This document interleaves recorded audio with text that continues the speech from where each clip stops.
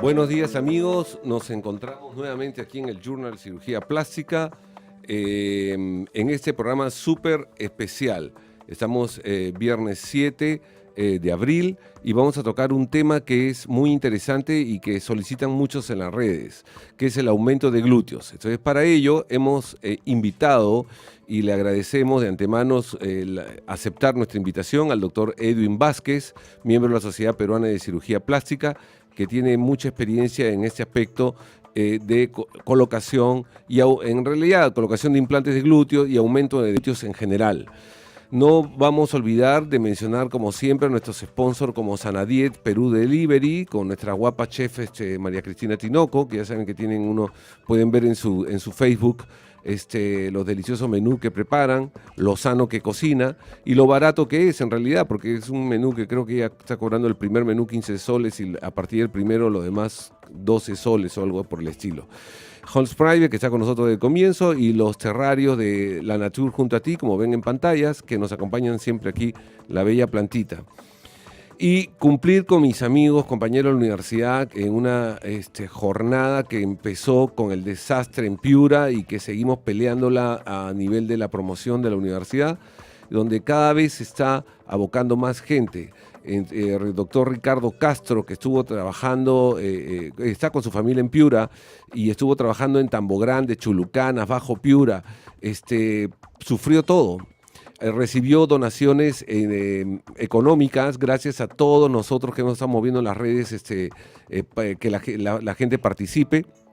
Y se ha logrado trabajar bastante bien, según él, palabras de él, ya está pisando tierra firme, a pesar de que hace más de una semana su esposa fue diagnosticada de dengue, su hija también de dengue, salieron del cuadro y él fue contagiado y también sufrió de dengue y Dios es grande y así que está ahora recuperado y están evacuando a una cantidad de población en una casa muy lejos de la zona de desastre donde se está habilitando para ello. Entonces, sin embargo, seguimos apoyándolo y vamos a seguir apoyándolo durante el resto del año porque es muy interesante. Y quiero agradecer, nadie aquí, esta ayuda es más anónima que otra cosa, pero sí quiero agradecerles a la gente de Facebook. A mí me ha parecido increíble, por ejemplo, amistades que como mantenemos el anonimato, porque es lo más bonito, ayudar sin dar el nombre, pero gente del extranjero, Estados Unidos, Argentina, por ejemplo, amigas que conozco años de Argentina y que nunca las he llegado a conocer personalmente, han confiado en nosotros y han donado dinero de muy buena fe. Es un agradecimiento muy especial que le damos todos nosotros. Así que después de una pequeña incisión, vamos a regresar con el tema directamente con el doctor Edwin Vázquez, nuestro invitado de hoy. Mi nombre es María Cristina Tinoco. Y yo soy Nancy Castro Mendoza. Y somos Sanadiet. Así que Sanadiet está dedicado en hacer comida sana para que continúes día a día, tu día con energía. Porque Sanadiet te va a encantar. Ubicar en Instagram, Twitter, Facebook, en todas las redes sociales porque ahí está Sanadiet. Y para continuar y para terminar también, les vamos a contar que nosotros estamos todos los días en Facebook en vivo para que ustedes puedan ver cómo cocinamos y hacemos su comida totalmente sana. Prueba y comprueba porque Sanadiet Te va a encantar.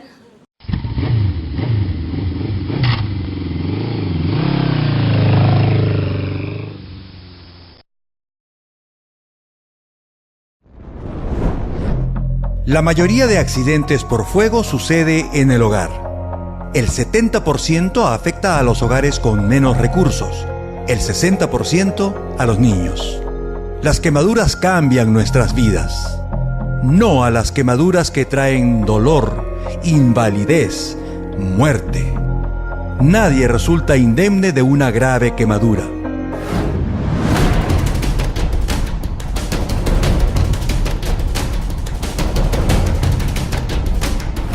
Tuvimos demasiados desastres. Mesa Redonda y Utopía. Más recientes, Santa Anita con 3 bomberos mártires, Cantagallo y Larcomar.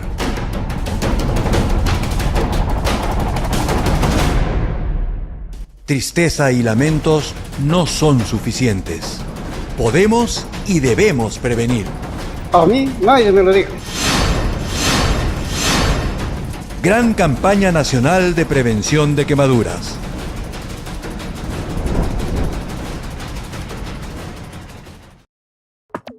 Amigos, con lo prometido, nos encontramos con el doctor Edwin Vázquez, que dicho sea de paso, fuera de ser un excelente cirujano plástico, con mucha experiencia, ya nos conocemos también bastantes años, tengo el gusto de conocerte años, X, casi de repente... Mejor no mencionarlo. No dar la información completa. Así que bienvenido, Edwin, al programa, gracias por aceptar la invitación. El tema de hoy es aumento de glúteos. Después de tu saludo a tu público, nos gustaría que nos comentes un poco acerca del tema, de cómo empezó esto, los aumentos de glúteos. Bueno, primero agradecerte la invitación. Ay. Me complace mucho compartir mis experiencias con tu público, que sé que es bastante numeroso. Espero satisfacer las interrogantes que podamos tener. Ok, Edwin, dinos una cosa, la gente se debe esperar entender cómo empezó esto los implantes de glúteos. ¿Qué es lo más histórico que puedes recordar? Bueno, la cirugía de glúteos usando implantes tiene casi la misma antigüedad que la cirugía de aumento de mama usando implantes. Ajá. También.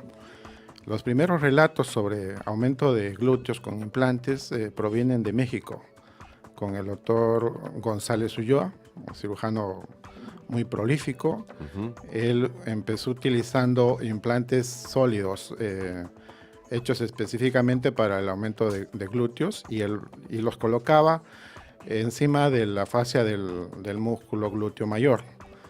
Sus resultados no fueron todos los satisfactorios que él quería, y luego se han desarrollado avances en cuanto a resultados con diferentes técnicas. El segundo relato que yo conozco es el doctor Robles, José Robles, con quien yo tuve una pasantía de 3 meses en Buenos Aires, un cirujano magnífico, también con muchas publicaciones y presencia a nivel internacional por sus calidades académicas. Él desarrolla la técnica submuscular, o sea, coloca el implante detrás del músculo glúteo mayor. Yo estudiaba en Brasil en la época, y en Brasil las solicitudes de cirugía de implante glúteo, de aumento de glúteos o nalgas, era muy reducida, porque la mujer brasileña suele tener suficiente nalgas, entonces no había demanda, y por tanto yo fui a Argentina a empaparme de esta técnica, porque en el Perú nuestras características anatómicas sí lo requieren en muchos casos, ¿no? Uh-huh. Entonces, los resultados son los de Robles eran buenos, pero la posición de los implantes era un poco alta, y el volumen también no era muy grande, porque el espacio que hay detrás del músculo es bastante reducido.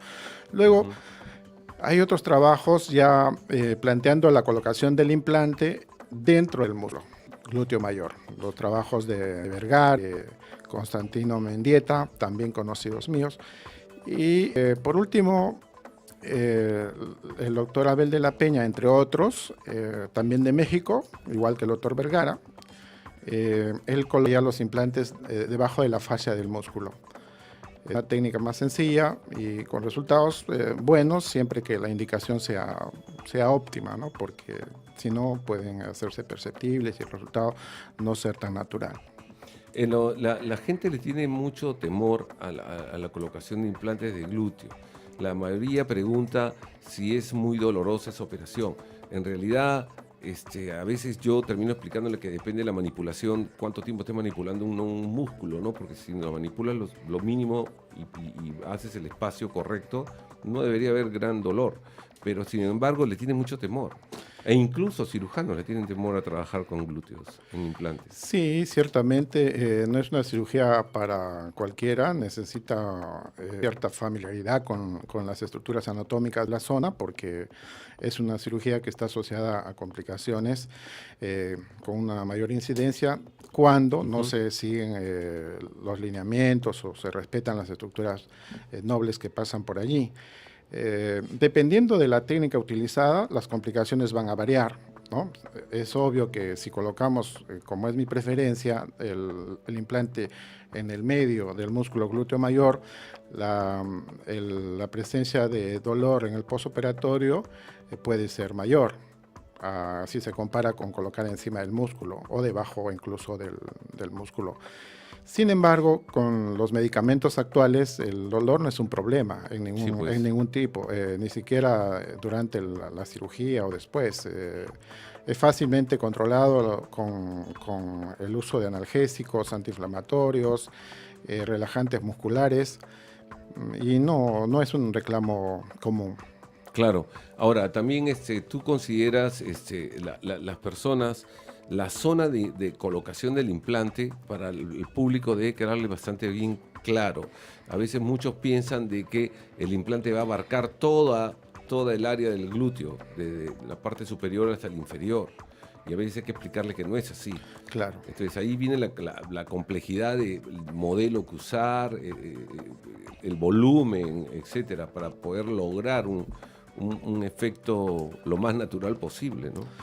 Efectivamente, ahí ya está la experiencia y el conocimiento del cirujano, ¿no? Porque lo principal es hacer una buena evaluación clínica y conversar mucho con el paciente para saber cuáles son sus expectativas y si estas son alcanzables, porque muchas veces el paciente quiere cosas que no es posible conseguir con esta técnica. Entonces, creo que es vital la consulta muy detallada, tener un consentimiento informado, es fundamental, porque, como les digo, esta cirugía tiene una incidencia de complicaciones un poco mayores del promedio de otras cirugías, por ejemplo, como es el injerto de grasa, ¿no? Que es una cirugía con menor porcentaje de complicaciones y que también sirve para lo mismo, pero cada cosa tiene su indicación, dependerá de las condiciones del paciente y de las expectativas que tenga para ver qué método vamos a utilizar. Como tú dices, la colocación de implantes tiene sus limitaciones en cuanto a volumen y en cuanto a localización, porque siempre está supeditado a la amplitud, a la ubicación, a la espesura del músculo glúteo mayor, y eso siempre va a condicionar un incremento solo en la región posterior y no en los costados, ni muy inferior tampoco. Así es. Entonces, eso es importante. O sea, un implante glúteo, amigo, puede quedar muy bien, pero como dice el doctor, hay que hacer una evaluación previa que es súper importante.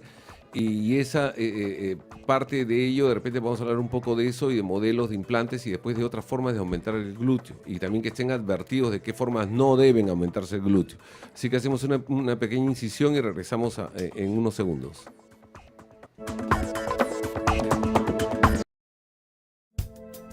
Holmes Private, la infidelidad y la mentira estarán ahora en su escritorio. Mi nombre es María Cristina Tinoco Y yo soy Nancy Castro Mendoza. y somos Sanadiet. Así que Sanadiet está dedicado en hacer comida sana para que continúes día a día tu día con energía. Porque Sanadiet te va a encantar. Ubicar en Instagram, Twitter, Facebook, en todas las redes sociales, porque ahí está Sanadiet. Y para continuar y para terminar también, les vamos a contar que nosotros estamos todos los días en Facebook en vivo para que ustedes puedan ver cómo cocinamos y hacemos su comida totalmente sana. Prueba y comprueba porque Sanadiet Te va a encantar.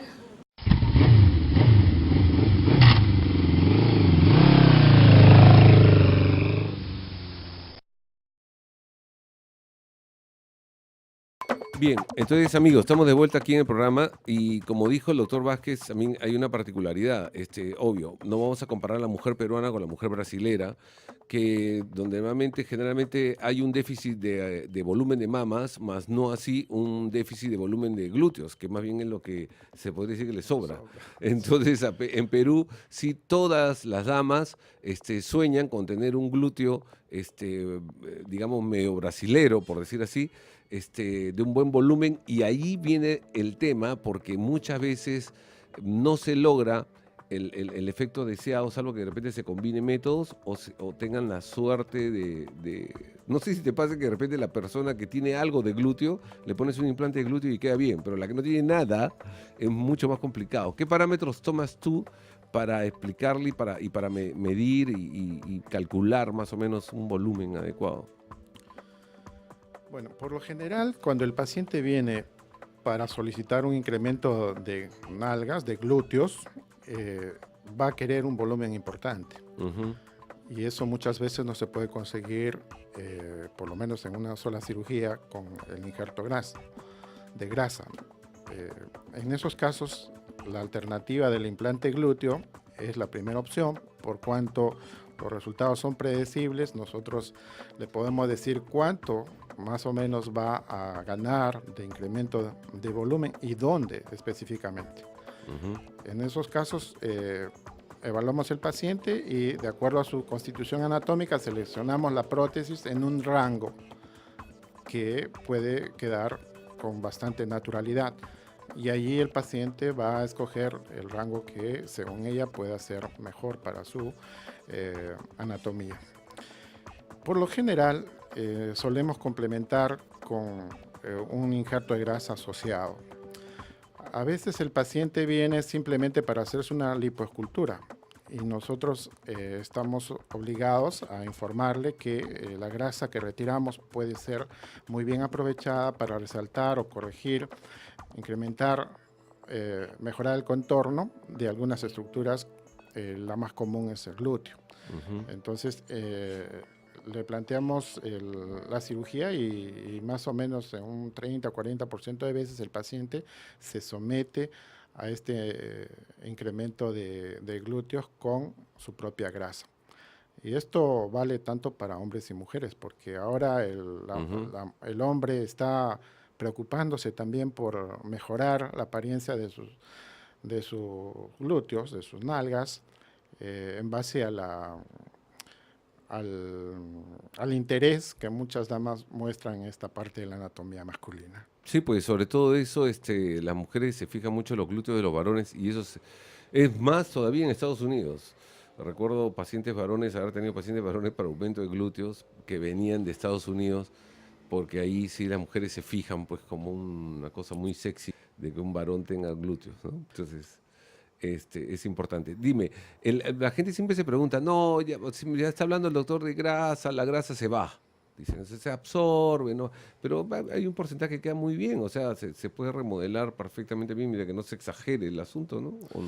Claro, esa es una de las críticas que tiene el injerto de grasa. Sus resultados son muy variables dependiendo de la experiencia del cirujano o la referencia, la literatura que nosotros estemos revisando.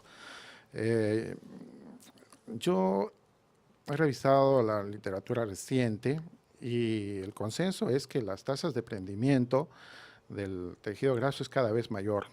¿Por qué? Porque se han hecho trabajos comparando diferentes técnicas, tanto de retirada de la grasa, el calibre de la cánula, la presión de succión, las técnicas de preparar la grasa, las técnicas de colocación. Todo eso tiene una repercusión en el índice de prendimiento graso. Yo creo que un buen cirujano siempre supera el 50% de retención de grasa a largo plazo, aunque hay trabajos señalando que puede llegar a 80%. Al inicio, todos nosotros seguramente habremos visto pérdida significativa de la grasa colocada, pero es cuestión de experiencia, de técnica y un poco de arte, ¿no? Para manipular el tejido graso, que es lábil. Hay que hacer la cirugía lo más rápida posible en un circuito cerrado y también plantear la posibilidad de utilizar, echar mano a los recursos de la medicina regenerativa, como es el uso de las células madre, ¿no? La fracción vascular estromal o el plasma rico en plaquetas, que aparentemente pueden sumar un poco en esta tasa de prendimiento, pero obteniendo ya un 50% de un tejido que iba a ser descartado y que podemos manipular, colocarlo en el lugar que nosotros querramos, es realmente una ventaja, es un recurso que no podemos desaprovechar y que deberíamos comunicar al paciente sobre todo porque la tasa de complicaciones es bastante baja en manos experimentadas, obviamente. Sí, pues, y a veces eso que tus pacientes entiendan de que a veces uno para justamente esa reabsorción de aprox 50% hay que hacer una especie de sobrecorrección sin exagerar, ¿no? A veces siempre he pensado que cuanto mayor volumen, hay gente que te exige o te trata de exigir colocar grandes volúmenes de grasa y realmente hay grasa que no va a poder vivir porque la irrigación, todo eso no se va a dar, va a pasar las semanas y no va a llegar la irrigación a esas células y se va a reabsorber, no hay forma. O sea, o se te forma un absceso o se reabsorbe. Pero si eres realmente artista y sobrecorregir un poco pensando en tu reabsorción y todo, y que lo entienda el paciente va bien, o sea, la grasa va bien, o sea, si se sabe manejar. Claro, no es que por colocar más Ujú. vamos a tener un mayor volumen como resultado. Eso no siempre es así, No, pues. porque los tejidos que son trasplantados pierden su irrigación y entonces durante unos días están sobreviviendo gracias al oxígeno de los tejidos adyacentes. Si hay mucha concentración de volumen, el edema adicional del traumatismo quirúrgico va a impedir que la oxigenación sea adecuada y gran parte de esta grasa se va a perder en los primeros días, sin contar adicionalmente con los riesgos de complicaciones que son muchos, ¿no? Como sabrás, ¿no? Claro. Ahora, en modelos de implantes, ¿qué nos puedes contar acerca de implantes de glúteos que hay actualmente? Bueno, básicamente existen dos tipos de implantes glúteos en cuanto a la forma, ¿no? Ujú. Los redondos, que se usan en pacientes, digamos, con textura promedio, digamos, con un glúteo cuadrado.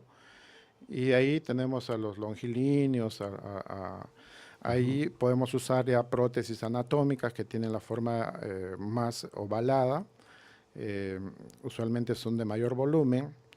Y en cuanto a la textura de los implantes, se usan implantes texturizados y los lisos. En esto también hay controversia porque ya sabemos que las prótesis texturizadas tienen mayor incidencia de formación de seroma y los problemas del linfoma tan recientemente documentado sobre las células grandes en la mama, ¿no? Entonces yo prefiero usar microtexturizado o liso. Si es redondo, liso. Y si es prótesis de cuarzo, que es la anatómica, la prótesis brasilera, utilizo microtexturizado. Claro, porque salió hace poco una publicación que bueno, es otro tema, ¿no? En cuanto al tema de mama. Pero una pregunta también que se hace la gente es, ok, doctor, usted me opera y coloca los implantes que hemos acordado, sea anatómico, sea redondo, y tengo que retirármelos, cambiármelos a los cuantos años, o voy a estar de por vida con los implantes. ¿Se me va a encapsular? ¿No? O sea, preguntas que se hacen comúnmente.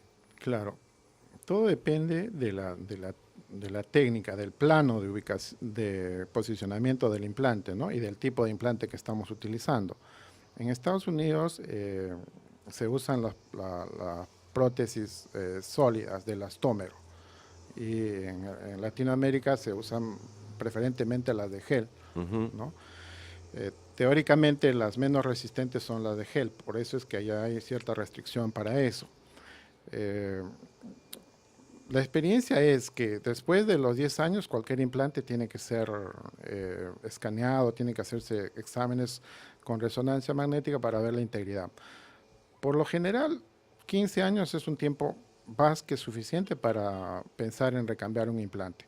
Ahora, obviamente, con la tecnología cada vez los implantes son más resistentes y algunos están garantizando ahora el uso, digamos, de por vida de los implantes. Pero, como te digo, dependerá si es un implante de elastómero o de gel de silicona.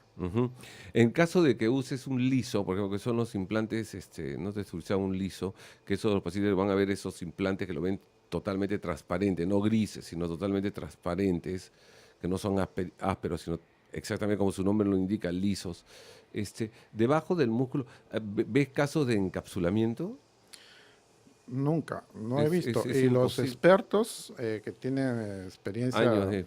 señalan que es el mejor implante. Y eso está pasando lo mismo en la mama, porque antiguamente ese dogma de que texturizado cuando era encima del músculo ya cambió, sobre todo con el advenimiento de este problema del linfoma, que si bien es rarísimo, pero la propia adherencia mayor que tiene la prótesis texturizada puede perjudicar el resultado estético.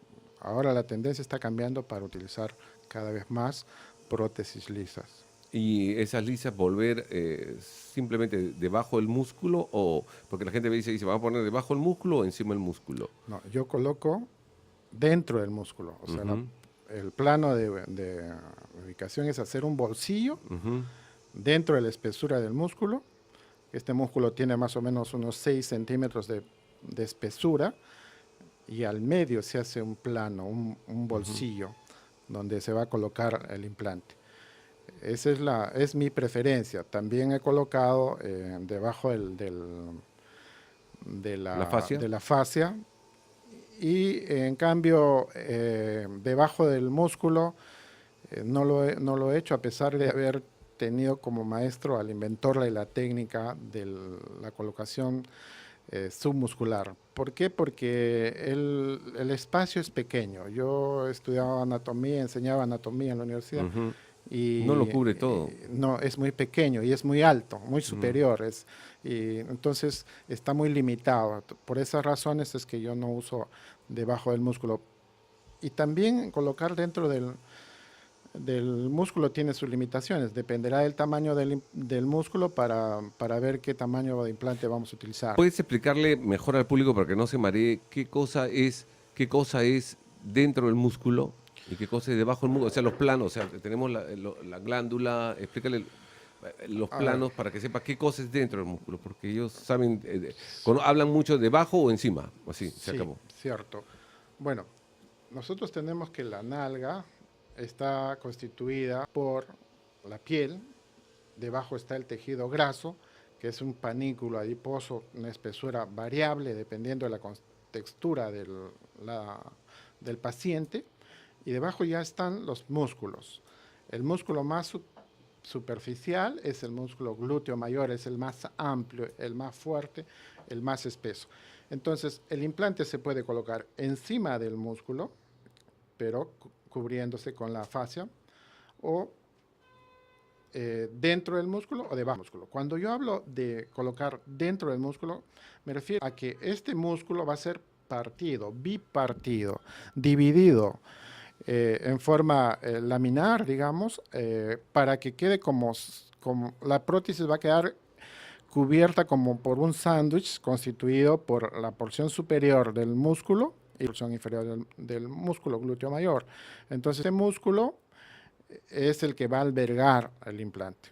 Aquí requiere bastante experiencia, habilidad y sobre todo los instrumentos adecuados, porque es como partir un bife, ¿no? En dos mitades exactas y hacer un tamaño que pueda albergar el implante sin restricciones, y luego revisar bien para ver que no hay un sangrado, porque esto no es un plano anatómico que exista, sino que lo creamos artificialmente para albergar nuestro implante. Y eso de los tamaños es importante, porque a veces hay personas que puede haberte tocado, pacientes que su deseo es colocarse de buenas a primeras, gran volumen de implante, y de repente son de estatura mediana o baja, y su tamaño del músculo no es el suficiente como para albergar un gran implante. Entonces, a la final te vas a colocar un implante que, si para empezar entra, va a terminar eso por presión en una cosa en punta. O sea, la presión del mismo gel va a hacer que se distorsione la forma, ¿no? De repente no sea tan estético a tener una persona con mayor tamaño de músculo. Claro. La selección del implante depende, como digo, de varios aspectos. De la anatomía del paciente, de los deseos del paciente. Si nosotros ubicamos un músculo que es de tamaño pequeño no va a caber un gran implante. Entonces hay que advertirle al paciente que el volumen máximo que podemos colocar es de tal medida. Si eso no la satisface, entonces no es una buena indicación insistir en esta técnica. Ujú. O podríamos combinar la colocación del implante y ponerle grasa también al mismo tiempo operatorio. Ahora, la disección del bolsillo, del espacio que nosotros fabricamos dentro del músculo es muy importante, porque no podemos superficializarnos ni profundizarnos porque podemos tener complicaciones y salirnos de los márgenes del músculo glúteo mayor. Entonces, las limitaciones las da en este caso la anatomía propia del paciente, pero es un plano muy, diría yo, con buenos resultados estéticos porque lo que hace es conseguir como una hipertrofia, Del o sea, un músculo. incremento del músculo. Claro. Entonces le da un porte atlético, porque ¿quiénes tienen el glúteo, el músculo glúteo desarrollado? Las personas que hacen muchos ejercicios, Ujú. ¿no? Entonces ese resultado se consigue colocando el implante dentro del músculo glúteo mayor. Es como que el paciente hubiera desarrollado en base a una actividad intensa de gimnasio un músculo mucho mayor. Pero irse colocando justo, como dices tú, el volumen exacto o modelo exacto para esa paciente. No puede compararse con su amiga ni con su familiar, no, para esa paciente. Y no encontrar, pues, criollamente hablando, dos pelotas a veces, ¿no? En la playa, donde se nota que parece que estuvieran inclusive encima del músculo y son cosas que hasta se mueven medio, de manera medio extraña. Dime, la incisión, para que el público entienda bien, ¿de dónde es la vía de acceso para hacer eso? ¿Dónde hace la incisión? La incisión es en el pliegue, interglúteo, Ujú. es decir, en la depresión, en la fisura, que es anatómica, que hay en el medio de la unión de ambos glúteos. O sea, es una región estrecha, solapada, que es difícil de percibir así a simple vista, aún con el paciente desnudo. Ahora con una prenda íntima debe ser fácilmente cubierta y por lo general las cicatrices en el pliegue interglúteo son de muy buena calidad. Ujú. O sea, es en la línea glútea, entre los dos glúteos, dos nalgas, esa línea que tenemos todos, ahí se hace la incisión para que esté encubierta y no se note.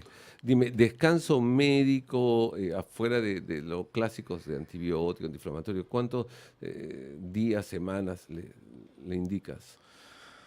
Bueno, el ¿O alguna paciente por lo prenda? general permanece internado 24 o 48 Ujú, horas máximo. Durante ese periodo el paciente camina, ujú. incluso saliendo de sala de operaciones, porque una de las complicaciones puede ser una trombosis venosa profunda. Entonces, incentivamos la deambulación precoz. Eh, a veces el paciente está con un catéter aún, si se ha usado la peridural, se retira a las 48 horas y el paciente ya está sentado en el sillón. Sale de alta al primero o segundo día, tomando antiinflamatorios, analgésicos y relajantes musculares. Eh, Pedimos que sus actividades no retornen las actividades físicas por lo menos un lapso de 5 a 7 días y luego ya puede caminar normalmente, reanudar sus actividades rutinarias, ¿no? He tenido pacientes que a las 48 horas han estado ya trabajando, sobre todo colegas que no podemos parar de trabajar, ¿no? Entonces, Ujú. pero todo depende de cada paciente, la edad del paciente, de la técnica utilizada, del tamaño del implante. Pero es bueno que no exagere porque si reanuda tempranamente sus actividades puede tener hematomas, seromas, Ujú. que son una complicación que da trabajo manejar. Abertura o dehiscencia de las heridas, cuidarse mucho de eso. El tamaño de esta incisión, de este corte vertical en el pliegue interglúteo es pequeño, ¿no? Es Ujú. más o menos de 5 a 7 centímetros de longitud. La tasa de dehiscencia, que es la apertura, la separación, que se abra la herida, en la literatura oscila entre 20%, de 15 a 25%, más o menos el promedio es 20%. Ujú. pero por lo general es una dehiscencia de unos pocos puntos que resuelven simplemente con cuidados locales y que no suele perjudicar el resultado estético. No es una complicación tampoco para alarmarse, pero si no es bien manejada, si no se toman las precauciones, se puede extender y producir ya una complicación mayor que puede llevar incluso a la necesidad de retirar el implante. No he tenido esa experiencia negativa, pero puede ocurrir. Claro, y sucede, a mí me ha sucedido personalmente a veces cuando ha habido algún caso de abertura de la herida, la sutura, porque hubo movimientos, etcétera, etcétera, que a veces curándolo ha cerrado muy bien, como dices tú, esa piel ha cerrado, pero como si hubiera sido suturada y perfecto, o sea, no queda huella de nada, Sí, sí. es mágico eso. Ahora, ¿le indicas alguna prenda, la vendas, una licra? Sí, bueno, tiene que haber una prenda compresiva, sí, Ujú. claro, para evitar precisamente Seromas, espacios muertos, ¿no? Ujú. Seroma, sobre todo cuando colocamos grasa en forma concomitante. Es una indicación, sí, usar prendas postoperatorias ajustadas. O sea, tú recomendarías, sin temor, si una paciente se pone en tus manos y tú sí y ves por conveniente que sí es candidata para tu criterio de implantes de glúteo, sí la aconsejarías como una buena alternativa. Sí, yo Com- considero que esta es una cirugía relativamente segura, con un margen de complicaciones aceptables, porque la mayoría de las complicaciones son menores, Ujú. de fácil resolución, ¿no? Obviamente con el tratamiento indicado y sobre todo con un paciente que está bien informado sobre los cuidados postoperatorios.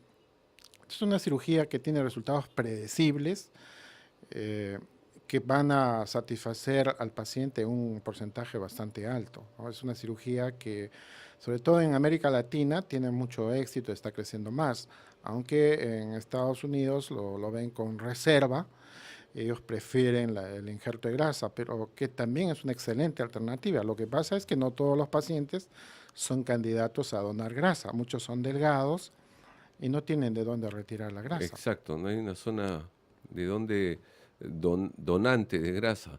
Bien, amigo, vamos a hacer una pequeña incisión y vamos a regresar para que vean también qué es lo que no deben hacer. Ok, ya volvemos.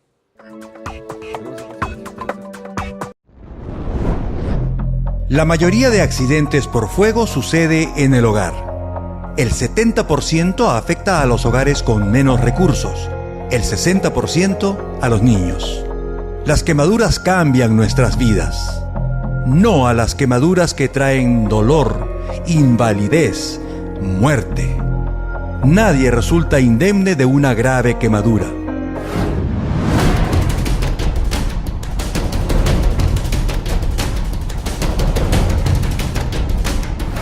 Tuvimos demasiados desastres. Mesa Redonda y Utopía. Más recientes, Santa Anita con 3 bomberos mártires, Cantagallo y Larcomar.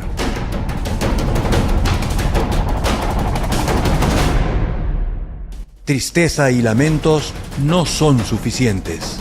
Podemos y debemos prevenir. A mí nadie me lo dijo. Gran campaña nacional de prevención de quemaduras.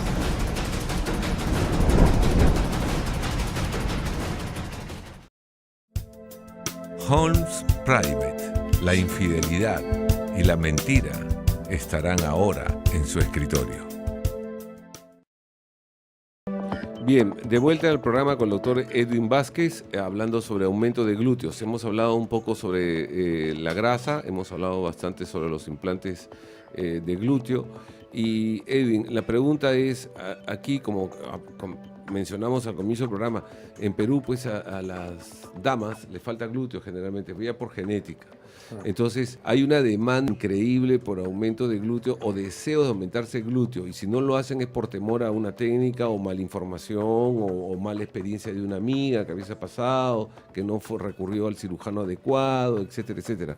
Pero yo les digo, a veces particularmente, el día que salga una sustancia para inyectar y que realmente sea buena, los primeros que lo vamos a tener van a ser los cirujanos plásticos, O sea, no pueden creer, las personas a veces se dejan engañar por personas inescrupulosas que le ofrecen aumentarse los glúteos con sustancias que le ponen el nombre que desean y a la final les terminan en consecuencias graves, ¿no?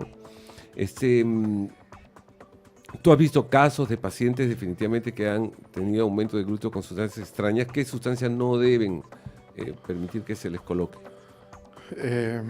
Sí, es muy común ver complicaciones por la aplicación de sustancias de procedencia dudosa, de origen desconocido, que el mismo paciente no sabe qué es lo que le colocaron. Generalmente, casi exclusivamente diría yo, las personas que colocan esto no son médicos, son cosmiatras, peluqueros, en fin, personal no médico que utiliza biopolímeros, le llama, porque es una generalidad, ¿no? Donde engloban la silicona de grado no médico, de uso industrial, sí. Es aplicado en las nalgas, en volúmenes también muy grandes, y este líquido tiene la propiedad de migrar, es decir, cambia de posición, generalmente por gravedad, puede descender tan lejos como hasta los dedos del pie. Nosotros hemos visto, porque nos hemos trabajado en hospitales públicos, en el Hospital Rebagliati hemos visto casos bien dramáticos de pacientes que tenían extrusión de esta sustancia por los dedos de los pies en la región genital. Entonces, realmente esto es un atentado contra la salud pública. Además del uso de implantes y la grasa, que son los protocolos más estandarizados, también se utiliza en cirugía plástica los tejidos propios del paciente.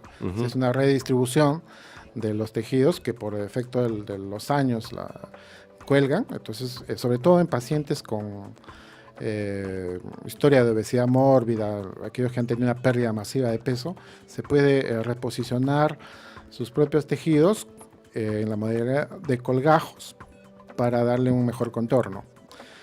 Y últimamente el uso del ácido hialurónico está realizándose en algunos países. Yo conozco por comunicación directa con un profesional muy familiarizado al aumento de glúteos, que es el doctor Robles, hijo precisamente del doctor José Robles, que hizo la técnica de la prótesis subglútea, señalando que él utilizaba un producto aprobado en Argentina, que es un ácido hialurónico, y coloca grandes cantidades, el procedimiento es sencillo, y que allá tenía registro sanitario. También, obviamente, ya han habido complicaciones con este mismo producto en Brasil, ¿no? Pacientes que han llegado a cuidados intensivos y resultados fatales incluso. En el Perú, no sé si ya tendrá registro sanitario, pero es una sustancia que tiene la desventaja, aparte del costo, de ofrecer resultados transitorios. No creo que dure más de un año el resultado, pero si realmente es seguro y barato, pues sería una alternativa a considerar, desde que tenga todos los permisos y haya pasado los filtros de los entes de control de salud. Claro, como te mencionaba, detrás de cámaras, el doctor Arriola en un programa que tuvimos sobre este tipo de sustancias, mencionó que en Francia ya había un ácido hialurónico, pero obvio, siempre son temporales los ácidos hialurónicos, pero era bastante denso, pero que a la final le salía súper costoso. O sea, ya aumentarse el glúteo por 20.000 o 30.000 euros, o sea, ya puede sacar uno que el cálculo cuánto costaría acá un producto de ese tipo, pues es imposible, no está al alcance del bolsillo de nadie. Y encima, cuando es temporal, peor. La gente quiere una y permanente para toda la vida, quiere una operación y permanente. Ahora, el tema que estás mencionando es de sustancias extrañas, que a veces tú ves que el ácido hialurónico, a veces que colocamos facialmente, en arrugas, todo, vienen en jeringas de 1 centímetro, sí, 2 centímetros. estos les presentan pues frascos de suero de 1 litro, donde sabe Dios, pues si habrán usado hialurónico, que lo dudo porque es cara. No, es imposible. Es cara, es imposible, no creo que ni 2 gotas la habrán puesto. Le terminan poniendo la silicona o el aceite de avión, diciéndole que es biopolímero, diciéndole que es ácido hialurónico, diciéndole lo que esté de moda, ¿no? Y lo peor es que, como dices, bien claro, generalmente no son profesionales, no son especialistas en cirugía plástica, ni siquiera profesionales médicos a veces, y sus planos, si te das cuenta, son totalmente disparejos. O sea, no llevan un plano de inyección parejo. A veces te llegan pacientes que parece que la sustancia ha sido inyectada, le hace una ecografía, algo que está más profundo en un lado, el otro pinchazo está más afuera, el otro está debajo de la piel, se ve roja. Es un desorden, o sea, y comienza a migrar. Tú esos casos, a veces es difícil resolverlos. ¿Le das alguna alternativa de...? Bueno, es común este tipo de consultas. Es bastante... El problema es que mientras quede, digamos, un residuo de este material extraño, el proceso inflamatorio va a estar activo o puede reactivarse. Entonces, lo único que le podemos ofrecer es reducir la cantidad. Claro. Y este producto es transparente. Sí, pues no se ve. No se ve. Entonces, lo que hacemos es sacar grasa y la sustancia esta, ¿no? Con la consecuencia de el perjuicio de la estética, del volumen que se va a reducir. Entonces lo que hago y lo que los protocolos recomiendan es tratar las complicaciones, o sea, cuando se justifica, digamos, cuando hay un cuadro inflamatorio, un absceso, una extrusión, una supuración. En esos casos tenemos que hacer una limpieza quirúrgica y retirar todo el tejido comprometido. Si no hay, si el cuadro está frío, digamos, porque estos son episódicos, los cuadros de inflamación, con los signos que nosotros conocemos de dolor, calor, rubor, etc., eso se produce un episodio al año o 2. Entonces, si está organizado, yo envío al paciente a hacer un estudio con resonancia magnética y encuentro que hay un foco allí más o menos organizado y el paciente está dispuesto a asumir que esto va a perjudicar la estética de sus nalgas, pues se procede a la retirada de esa parte del volumen de la sustancia introducida, porque no se va a retirar todo. Pero eso a veces es riesgoso porque si no está de acuerdo es asumir un pasivo, porque puede llegar a quedar medio, no solamente de reducido volumen, sino que si es considerable puede terminar hasta simétrico ese glúteo. Seguro. Y terminar ya en una segunda intervención, y el paciente tiene que estar muy consciente y una relación médico-paciente realmente muy buena, porque si no termina el cirujano pagando la factura de lo que hizo otro. Claro, por eso es que digo yo trato las complicaciones, ¿no? Y eso, le advierto que estos son cuadros crónicos, ¿no? Esto es un problema crónico, es un siliconoma que va a perdurar posiblemente su vida entera y que los tratamientos son costosos porque un desviamiento tiene que entrar varias veces, controles, etcétera, y no para resolver definitivamente el problema, sino solamente el evento que se ha producido. Entonces es preferible que el paciente tenga un seguro o se trate en un hospital público, porque de lo contrario, en forma particular, el cirujano plástico siempre va a ser reacio a asumir el pasivo, como dices, sí, pues, de la historia que ya trae el paciente, porque una vez que uno opera al paciente ya pasa a formar parte de tu responsabilidad conseguir un resultado satisfactorio que siempre es muy difícil de conseguir. Y pasa, pues, como dices tú, a veces hay pacientes que lamentablemente uno quiere ayudarlos, pero en la práctica profesional privada, uno le sugiere, esto es lo que yo puedo hacer por ti. Y a veces el paciente no le gusta tampoco el camino ese. Me dice, no, pero yo quiero que me lo hagas así. No, eso es lo que yo le ofrezco, así. Entonces a veces llega un punto que es preferible no operarlo Ah, claro. y no meterse uno en problemas que la vas a tener años porque vas a tener que recuperar, sacar esa sustancia es complicada, como dices tú, o sea, porque entre grasa, un poco de sangre y todo, uno no la ve. No se observa. No se sabe si lo sacó o no hasta que no veas la desinflamación y ver qué lograste hacer. Entonces, y se quedó asimétrico, hay que después corregir, pasando unos meses. Entonces, no es fácil. Por eso siempre tengan cuidado de no estar inyectándose cualquier cosa, porque lo barato sale a la larga caro y es perjudicial con su salud. Antes de terminar, ¿alguna recomendación, Edwin, que le puedas dar a tus pacientes, algún consejo al paciente que está ahorita queriendo aumentarse el glúteo y no sabe qué hacer? Bueno, lo principal en cualquier acto médico o quirúrgico en este caso es seleccionar al profesional que lo va a tratar. Uh-huh. Y para eso hay que tomarse un poco de trabajo, hay que averiguar la experiencia que tiene el cirujano, dónde ha trabajado. Es recomendable que si ha tenido una experiencia, digamos, hospitalaria, esto le va a dar cierto recorrido mayor porque por el flujo de pacientes que se ven en los hospitales, si tiene vinculaciones académicas, está obligado a estar actualizado, si pertenece a las sociedades médicas más representativas de su país o del extranjero, porque también algunas sociedades son muy exigentes en la admisión de los profesionales que van a formar parte de su membresía. Entonces, yo creo que lo fundamental es escoger un buen cirujano que tenga experiencia en el tema, porque cada cirujano se orienta por un lado u otro. No es que un cirujano es bueno en todo lo que hace. Definitivamente la experiencia, la práctica hace al maestro.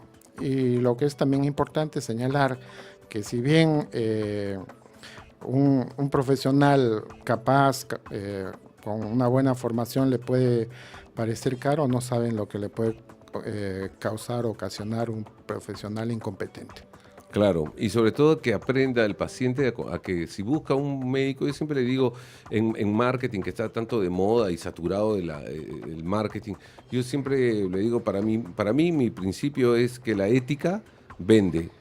Y la ética vende por una sencilla razón, porque una de las claves que tanto al público le gusta el marketing es diferenciarse de los demás. Y hoy por hoy, ser ético ya es diferenciarse, porque con tanta corrupción y cosas que está de moda, entonces lo diferente ahora es ser ético. Y que tengan confianza en su cirujano. Es muy importante que tengan el 50-50 de por ciento de responsabilidad y colaboración ambos, porque si tuvieran una complicación como que está descrita, su cirujano, si es capaz, la va a resolver. O sea, eso no tiene por qué asustarse. O sea, confiar un poco eso. Peor es cuando comienza el paciente desesperado a comenzar a recorrer la ciudad en búsqueda de otras alternativas y termina peor. Termina peor. Se encuentra con alguien que de repente sí quiere hacer tal o cual cosa o ofrecerle métodos que no son muy seguros. Sí, yo resalto lo dicho por ti, que el marketing no siempre es la mejor guía para seleccionar al paciente, ¿no? No, pues. Al cirujano, porque estamos inundados de publicidad, de propaganda engañosa, la mayoría de ellas, y el paciente termina cayendo en manos no las mejores, y bueno, después de la primera cirugía, las siguientes ya son más difíciles de conseguir el margen de éxito, ¿no? Se reduce porque ya estamos tratando secuelas. Lo ideal es tener el resultado mejor posible en la primera cirugía. Así y eso es. se puede conseguir con relativa facilidad si estamos con un profesional que sabe lo que hace y que opera bastante ese tipo de cirugía. Claro, y si hay una complicación, como le digo, es resolvible a veces. Y lo primero que pueden hacer para no marearlos es que es esto, pertenezca a la Sociedad Peruana de Cirugía Plástica, como de repente no, y es un gran cirujano, ¿no? También puede darse el caso, ¿no? No hay que ser tan cerrados en eso. Pero sí existe el Colegio Médico del Perú, y a ustedes que les gusta entrar mucho a Facebook, a Google, que están en la computadora todo el mundo, todo el día, entonces nada les cuesta que su cirujano que hicieron la consulta ingresen a la página del Colegio Médico del Perú y por lo menos sepan si es especialista. Y les aseguro que se van a dar con muchas sorpresas, porque van a encontrar que son muchos médicos generales que no tienen la especialidad.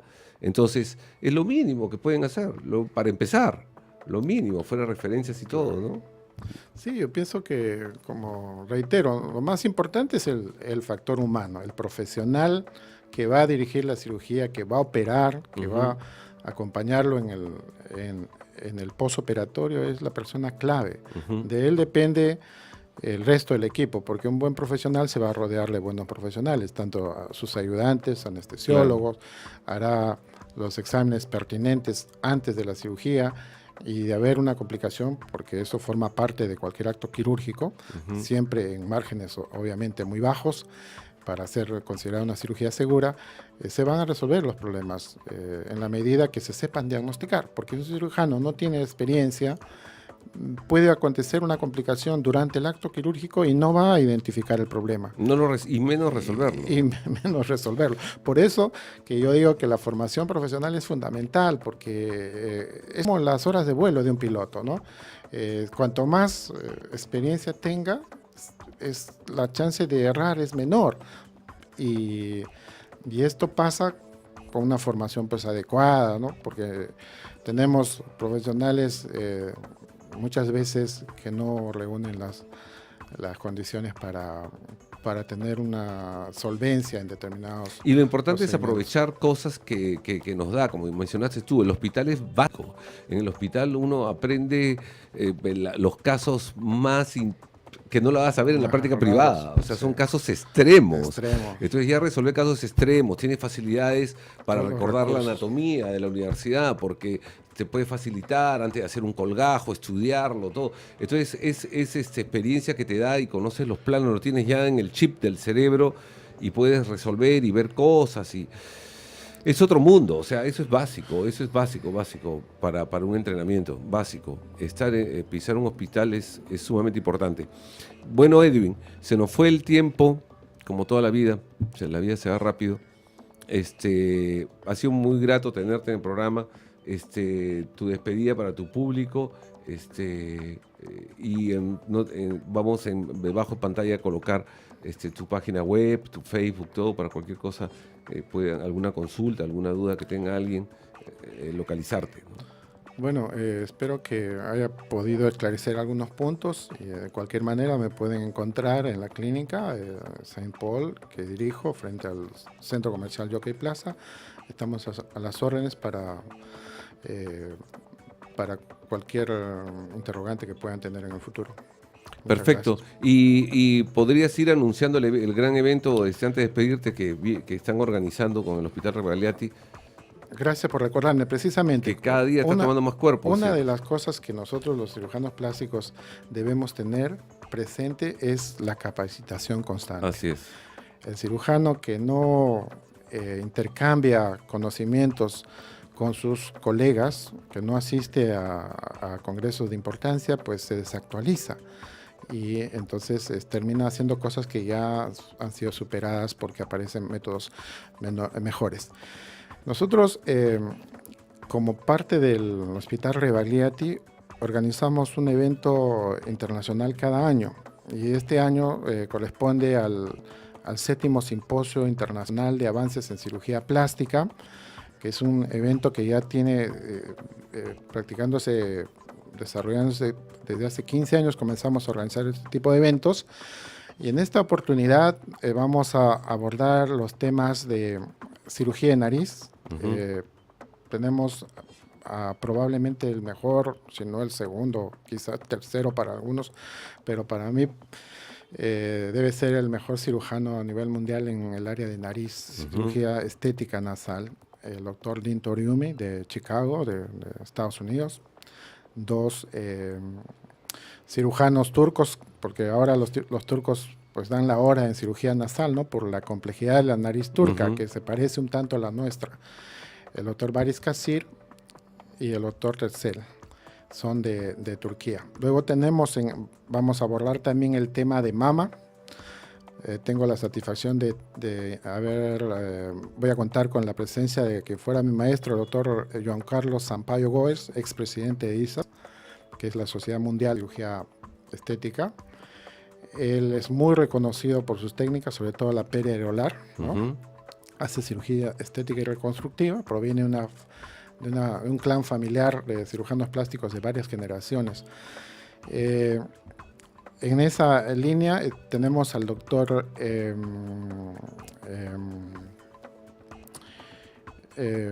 Ricardo Ribeiro, también de Brasil, que es un experto en cirugía de contorno corporal y de mama. Él dicta un curso en el Congreso Anual de la Sociedad Americana de Cirugía Plástica y Cirugía Estética. Ahora en abril estaremos allá en San Diego, que es los 50 años de la Sociedad Americana de Cirugía Estética, a la que formo parte. El doctor... Tenemos también a un cirujano muy famoso en el área de cirugía capilar, que es un tema que está creciendo mucho, la cirugía capilar. Sí. El doctor Anthony Ruston va a demostrar las técnicas más modernas, es un excelente expositor, lo he visto en congresos mundiales, muy didáctico. Tenemos al doctor, un médico canadiense que también está considerado entre los 3 mejores cirujanos de mama. Son 8 los invitados. Bueno, tienen una gama importante de invitados, y eso para que vean que estamos siempre constantemente capacitándonos, y en relación, unos más que otros, pero los médicos peruanos están en relación con técnicas últimas, en las últimas técnicas. Entonces el nivel de Perú es que esté muy disparejo, se aplican las mismas técnicas a nivel mundial. El doctor canadiense, el doctor Frank Lista, famosísimo, todos son editores de libros, tienen participación en los congresos más importantes a nivel mundial.